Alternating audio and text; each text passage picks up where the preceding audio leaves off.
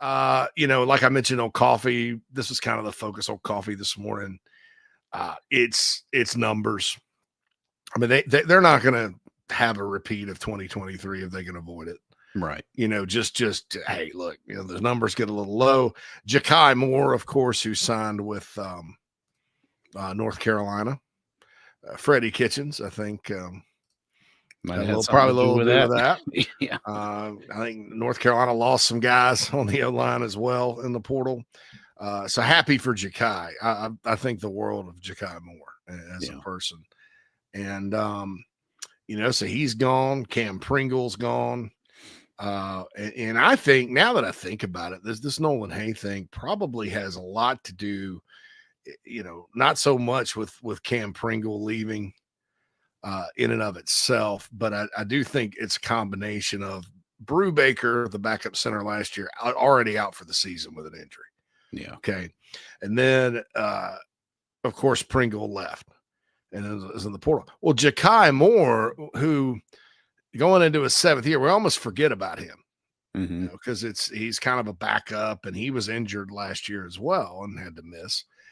But Ja'Kai's played a lot of football, and if you're talking about a utility guy that can play all 5 positions, or all 4 of them except center, that's Ja'Kai Moore. And you kind of were at the point where you kind of need him. I mean, Nick Sharp was out for the whole spring. Case and Henry missed the majority of spring. Those guys are going to be back. But that just goes to tell you that there's, the numbers start becoming an issue now. And you only got 2 freshmen in Shed Surratt and Damon Majul, whatever. The kid from Dahoon or Dahoon. Yeah. Dahoon, that they got from Georgia Tech. And he was out for the spring. He was out for the spring. So now Shed Surratt is this is what I think maybe had a little bit to do with Pringle and Moore hitting the portal. Shed Surratt's very likely in the 2 deep right now. Like, he had that good of a spring as a true freshman. That dude, I know he ended up being ranked like in the top 200. That dude may end up being much better than any of us think from Gaffney. Keep an eye on him. He won the newcomer of the year on offense. Do you know how many newcomers are on offense? Right. I mean, you're talking about all those receivers, Aaron Nolan, Rasul Faison, Jordan Pringle, JC. Dingle. Yeah. There's so many Pringles. But anyway, Damola Ajadahoon. So anyway, Surratt had just a fantastic, he's 6'4", 335. Yeah, right. I mean, good Lord. Lord have mercy.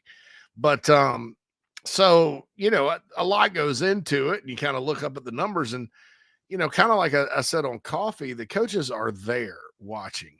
We're kind of, and so they kind of can visualize it. And I likened it. And it was a terrible analogy, Phil, and I'll just go ahead and repeat it. It was that bad. It's like the meat delivery guy. Speaking of meats, like, say you deliver, 2 full-size turkeys and a full-size ham on a Tuesday to a house.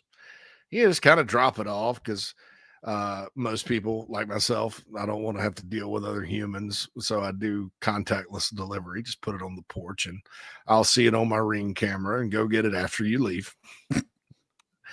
I tip on the card. So the transaction's fine. And so you deliver that there, and then they take it. And then but on Thursday, you're delivering another ham and another turkey. So you're kind of wondering, well, I thought they had ham and turkey. Why am I delivering another one? They're eating the hell out of ham and turkey. Well, but they're the ones that had the dinner party. Yeah, right.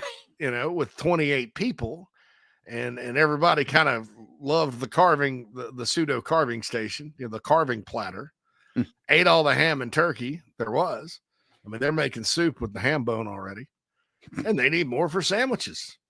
So, and you know why they know that, Phil? Because they know what's in their refrigerator. And so the coaches who are at practice looking at My God, we got 4 guys over here in street clothes or just in, on the bike, stationary bike or on crutches.